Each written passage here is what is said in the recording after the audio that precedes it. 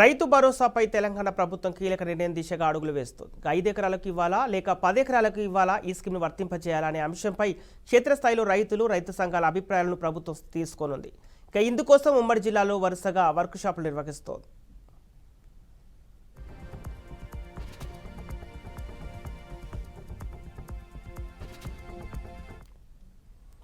రైతులతో సమావేశమై వారిచ్చే సలహాలు సూచనలు పరిగణలోకి తీసుకుంటామన్నారు.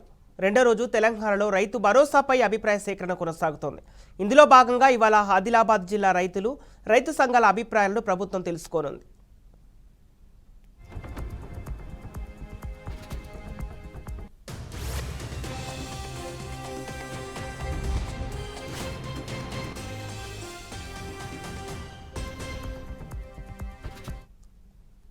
రేపు మహబూబ్ నగర్లో ఈ నెల 15న వరంగల్, 16న మెదక్, 18న నిజామాబాద్, 19న కరీంనగర్, 22న నల్గొండ, 23న రంగారెడ్డి జిల్లాలో ప్రభుత్వం వర్క్ షాపులు నిర్వహించనుంది.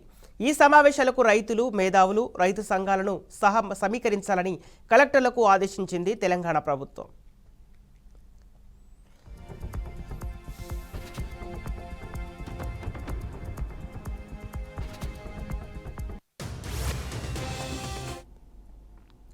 రైతు సంఘాల నుంచి సేకరించిన అభిప్రాయాలను కలెక్టర్ల నివేదిక రూపంలో పంపించాలని ప్రభుత్వం ఆదేశించింది. రైతు భరోసాపై మంత్రివర్గ ఉపసంఘాన్ని కూడా ప్రభుత్వం ఏర్పాటు చేసింది.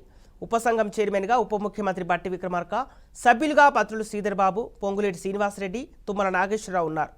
ఆయా జిల్లాలో అభిప్రాయ సేకరణలో జిల్లా మంత్రులతో పాటు ఇన్ఛార్జి మంత్రులు కూడా పాల్గొననున్నారు.